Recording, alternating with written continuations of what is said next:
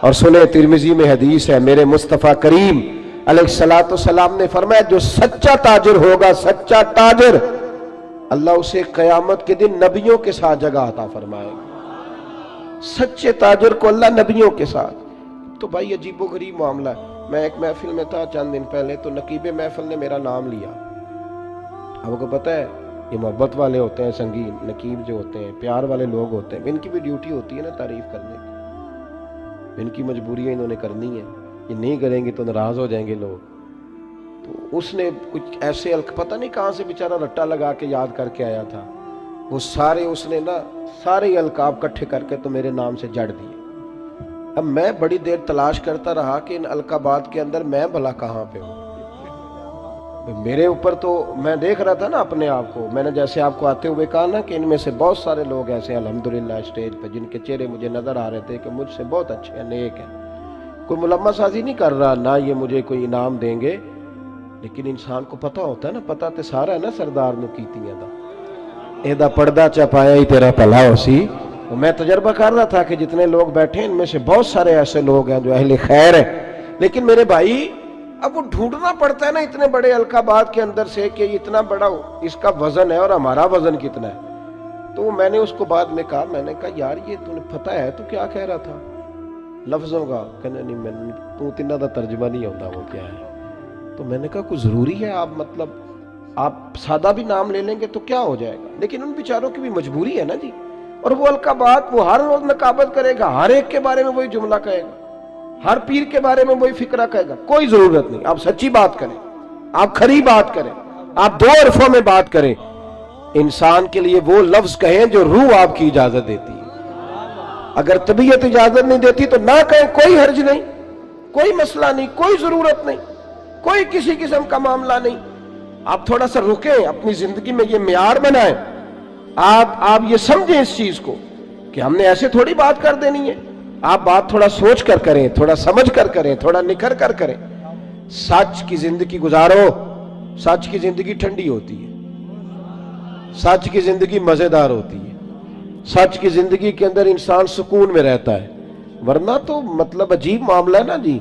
ایک بات میں نے کرنی ہے، وہ سمجھ لیں میرے لیے، ان بزرگوں کے لیے نہیں ہے۔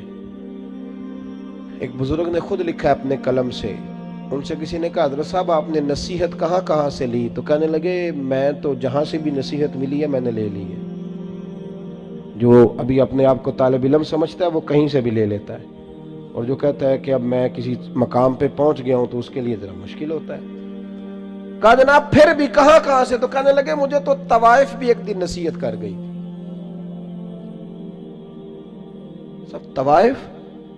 کہاں کس طرح؟ تو فرمانے لگے میں گزر رہا تھا جبے کبے میں، وہ بھی گزر رہی تھی بے پردہ، چہرے پہ کپڑا نہیں تھا، تو میں نے اس کو نصیحت کر دی، میں نے کہا بیٹے چہرے پہ کپڑا ڈال، اللہ سے ڈرا کر۔ کہتے ہیں اس نے اسی وقت نقاب ڈال لیا، چہرے پہ کپڑا رکھا، کہنے لگی میں احتیاط کروں گی، پر بزرگوں اجازت ہو تو ایک بات میں بھی کر دوں؟ کہتے ہیں میں نے کہا بیٹے کر لو۔ تو کہنے لگی حضرت صاحب میں جو ہوں نا میں وہی کہلاتی ہوں، آپ بھی بتلائیے جو آپ کہلاتے ہیں وہ ہیں آپ؟ جو آپ کہلاتے ہیں، جو آپ کو کہا جاتا ہے وہ ہیں آپ؟ میں جو ہوں نا میں وہی کہلاتی ہوں۔ فرماتے ہیں مجھے تو وجد ہو گیا اس کی باتوں، میں چیخ پڑا، غش کھا کے گرا، اور میں نے کہا نہیں پتر، لوگ مجھے جو کہتے ہیں وہ میں ہوں نہیں۔ بڑی ساری چیزیں ایسی ہیں کہ جو لوگ کہتے ہیں پر میرے اندر پائی، میں تو اپنی ویسکوٹ سیدھی کرنے لگتا ہوں نا جب میری تعریف ہو رہی ہوتی ہے، میرا تو دل کرتا ہے کہ شملہ تھوڑا اور اونچا ہونا چاہیے۔ بھائی سچ کی بات کریں، کھری بات، پکی بات، یاد رکھیں کہ جب پردے صبح قیامت کھلیں گے تو پھر حالات مشکل ہوں گے۔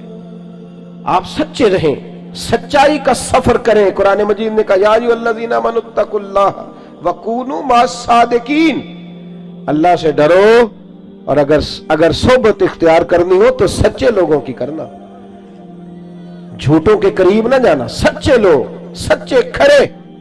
سنیے ابن ہشام نے کیا لکھا ہے، سچ کا معیار کتنا بلند ہوتا ہے اور یہ قربانی کتنی مانگتا ہے۔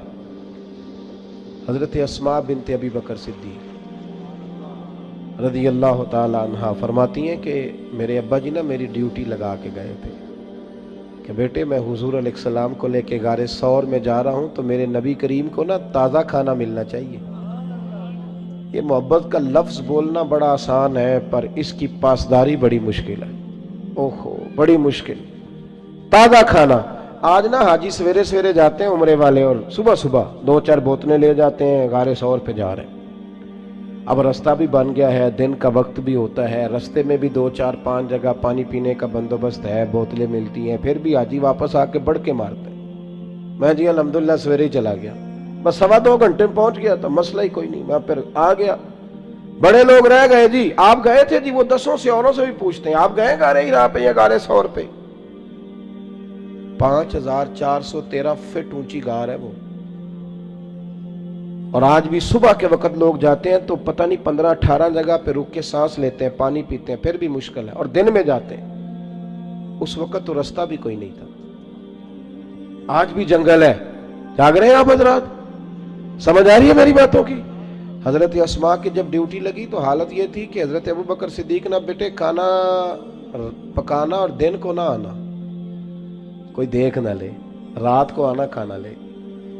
یہ آپ کا ہستا بستا گاؤں ہے، پر 10 بجے رات کو جوان بیٹی اگر ماچس لینے چلی جائے نا دکان پہ تو سویرے شور مچ جاتا ہے، اور باپ ہو سکتا ہے کہ پھر محلے والوں سے نظریں نہ ملا سکے کہ جوان بیٹی۔ عشق کا دعویٰ کرنا بڑا آسان ہے، اور یہ سپیکر جب میرے ہاتھ میں ہوتا ہے تو میں کہتا ہوں ایسے کر دوں گا، میں وہ کر دوں گا، پھر سپیکر کہیں پگڑی، یہ باتیں کرنی تو آسان ہے، جوش دکھانا تو بڑا آسان ہے، پر عمل کرنا اللہ چوں بگویم بمسلمانم بلرزم۔ جب میں کہتا ہوں میں مسلمان ہوں تو میں کانپ جاتا ہوں، جب میں کہتا ہوں یہ لفظ کہ میں حضور کا دیوانہ ہوں۔ اقبال کہتے ہیں مجھ پہ کپ کپی طاری ہو جاتی۔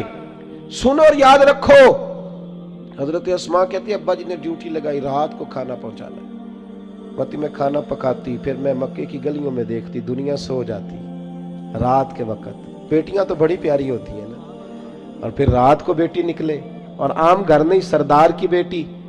فرماتی ہیں کبھی کسی نے دستک ہی نہیں دی تھی، کسی کی طاقت ہی نہیں تھی ابوبکر صدیق کے دروازے کو دیکھے، لیکن ایک دن میں کھانا پکا رہی تھی تو میرے دروازے پہ شور ہوا۔ فرماتی ہیں شدید پریشانی کے عالم میں دروازے پہ گئی تو ابو جال کئی لوگوں کو لیے دروازے پہ کھڑا تھا۔ میں باہر نکلی، کیا بات ہے؟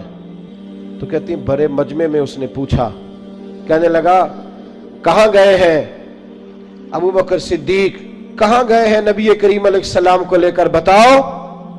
نوجوانوں ذرا غور کرنا، بات بات پہ جھوٹ بولنا کوئی نفع نہیں، پھر بھی جھوٹ، کہاں گئے ہیں؟ تو جناب اسماء کہتی ہیں کہ اب میرے سامنے 2 رستے تھے، اگر میں کہتی تھی کہ مجھے پتہ ہے تو میری وفا اجازت نہیں دیتی تھی، یہ تو ابھی جا کے حضور علیہ السلام کو تکلیف پہنچائیں گے۔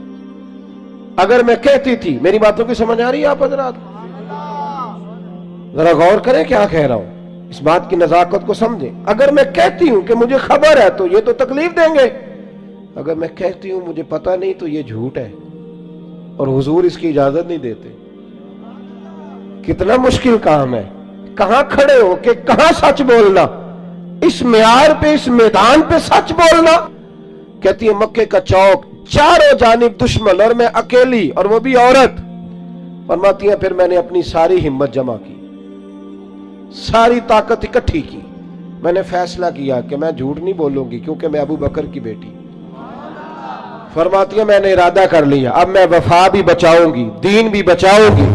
اس نے پوچھا بتائیے کہاں ہے، جب زور سے بولا تو میں نے کہا ابو جان سن، پھر سن، مجھے خبر ہے وہ دونوں کہاں ہیں، پر تیرے اندر طاقت ہے تو پوچھ کے بتا، میں تمہیں بتاؤں گی نہیں وہ دونوں کہاں ہیں، ہے طاقت تو پوچھ کے بتا۔ ہاں جے محبوب بلاوے ایک دم تے سر نو پیر بنائیے، وہ سر منگے تے سر دے دئیے، پھر کدے بھی دیر نہ لائیے تے یار دا کدے بھی گلا نہ کریے، پاواں سینک دے ہی مر جائیے، او سجنا یا تے لائیے ہی نہ، تے جے لائیے تے پھر توڑ نبھائیے۔ کہا بتاؤں کہ نہیں؟ بھرے بازار میں، مکے میں ابو جال کو یہ بات کی۔ جب انسان دلیلوں سے عاجز آتے ہیں پھر لڑائی کرتے ہیں،